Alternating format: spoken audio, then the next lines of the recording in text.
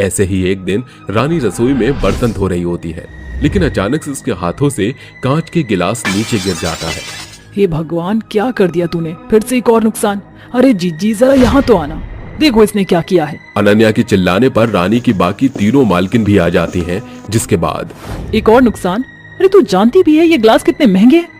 अब इन एक्सपेंसिव ग्लासों के नुकसान की भरपाई कौन करेगा। अरे इसकी तनख्वाह से काटूंगी मैं तो। मेरे महंगे महंगे कांच के ग्लासों का इसने नुकसान कर दिया है। जी तो कर रहा है इसे पकड़ के मारूं। मालकिन ऐसा मत कीजिए, जो हुआ वो जाने अनजाने में हुआ, मैंने कुछ भी जानकर नहीं किया। पैसे तो मैं फिर भी तेरी तनख्वाह से ही काटूंगी, फिर चाहे कुछ भी हो जाए। तो क्या तेरे नुकसान की भरपाई क्या हम अपनी जेबों से भरेंगे। रानी रोने लगती है, जिसके बाद वो चारों वहां से चली जाती हैं। ऐसे ही महीने का वो दिन भी आ जाता है जब रानी को उसकी तनख्वाह का केवल 1/4 हिस्सा ही हाथ पड़ता है। अरे मालकिन, ये क्या, आपने तो मुझे केवल 2000 रुपए ही दिए हैं, बाकी की 8000 रुपए कहाँ हैं? हो देखो तो सही, इसे पूरी तनख्वाह चाहिए। अरे बेटा, ये जो तूने हमारे घर में नुकसान किया उसकी भरपाई कौन करेगा। नहीं मालकिन, मैं आपके पैर पड़ती हूँ, कहो तो मैं आपके आगे हाथ जोड़ती हूँ, मुझे इतने कम पैसे मत दीजिए, इतने में तो मेरा गुजारा भी नहीं चल पाएगा। अरे दूर हट, चल निकल यहाँ से, काम करना है तो कर, वरना दफा हो जाए यहाँ से। तुझे क्या लगता है मैं तेरी इस गलती को माफ कर दूंगी? जब देखो इस घर में नुकसान करती रहती है, उसकी भरपाई करने के लिए तेरी तनख्वाह तो काटनी ही पड़ेगी ना। अरे ऐसा नहीं करेंगे तो इसको अकल कैसे आएगी। इसको सबक सिखाने के लिए उसकी तनख्वाह काटना बहुत जरूरी है। अगर तुझे पैसे लेने हैं तो ले ले, वरना तुझे ये पैसे भी नहीं मिलेंगे, समझी तू। रानी बहुत ज्यादा मजबूर हो जाती है, जिसके बाद उसके पास और कोई चारा नहीं होता। वो चुपचाप अपनी मालकिन के हाथ से 2000 रुपए ले लेती है और अपने घर लौट आती है।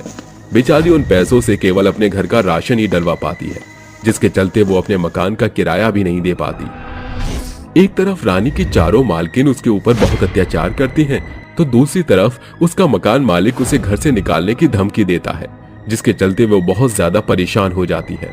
एक दिन उसकी चारों मालकिन शाम के वक्त अपने कुछ दोस्तों के साथ बैठकर शराब पी रही होती हैं। मुझे पीने का शौक नहीं, पीती हूँ गम भुलाने को। अरे जाने मन, अपने सारे गम मेरे साथ बांटो, मैं तुम्हारे सारे गमों को एक रात में ही दूर कर दूंगा। जब से हम चारों के पति भगवान को प्यारे हुए हैं, तब से हमने तो जिंदगी को सही से जीना ही छोड़ दिया था। तुम बिल्कुल सही कहती हो, मुझे अपने पति की बहुत याद आती है, लेकिन क्या करूं, मजबूर हूँ। अरे तुम लोग परेशान क्यों होती हो, हम तुम्हारे दोस्त हैं, और तुमने तो सुना ही होगा best friend with extra benefits. तो हमारा फायदा उठाओ, हम तुम्हारा फायदा उठाएंगे। तुम्हारी हिम्मत कैसे हुई ऐसी बकवास करने की? तुम्हें क्या लगता है हम चारों तुम्हारे बहकावे में आ जाएंगी? अरे तो आ जाओ ना, इसमें कौन सी बड़ी बात है। तभी शिल्पा अर्जुन के मुंह पर एक जोरदार तमाचा मारती है और कहती है, अभी के अभी यहाँ से निकल जाओ तुम दोनों। हमने तुम्हें अपना दोस्त समझा, इसका मतलब ये नहीं कि जो तुम्हारे मन में आए वही तुम बोलते जाओगे।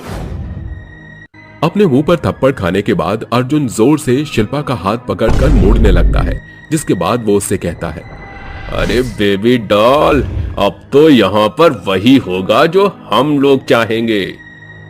वो चारों बहुत ज्यादा नशे में हो जाते हैं, जिसके बाद अर्जुन और राघव दोनों उनके नशे में होने का फायदा उठाकर उनके साथ जोर जबरदस्ती करने लगते हैं। अरे चलो चलो, जोर से चिल्लाओ और अपनी मदद के लिए किसी को बुलाओ। लेकिन याद रखना, तुम्हारे चिल्लाने पर भी यहाँ तुम्हारी मदद के लिए कोई नहीं आने वाला। अरे अरे छोड़ दो हमें, हमारे साथ जबरदस्ती करने की तुम्हारी हिम्मत कैसे हुई? एक बार अगर मैंने पुलिस को कंप्लेन कर दी तो तुम दोनों का क्या हाल होगा, तुमने कभी सोचा भी नहीं होगा। तुझे क्या लगता है कि पुलिस की धमकी देने के बाद हम तुझे छोड़ देंगे? हम दोनों तुम चारों का आज वो हाल करेंगे जो तुमने कभी सपने में भी नहीं सोचा होगा। देखती जाओ अब आगे क्या होता है।